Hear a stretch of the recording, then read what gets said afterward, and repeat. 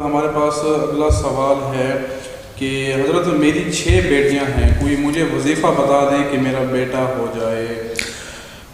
حضرت امام اعظم ابو حنیفہ رحمہ اللہ ارشاد فرماتے ہیں، ہمارے استاد حضرت جابر رضی اللہ عنہ صحابی رسول فرماتے تھے کہ رسول اللہ صلی اللہ علیہ وسلم کی خدمت میں ہم بیٹھے تھے کہ ایک شخص آیا، اس نے آ کر اللہ کے رسول سے عرض کیا، یا رسول اللہ میری بچیاں پیدا ہوتی ہیں، بچے نہیں ہوتے۔ تو حضور علیہ الصلوۃ والسلام نے فرمایا کہ تو استغفار کی کثرت کر اور صدقے کی کثرت کر، اللہ کے نام پہ جتنا ہو سکے تو دے۔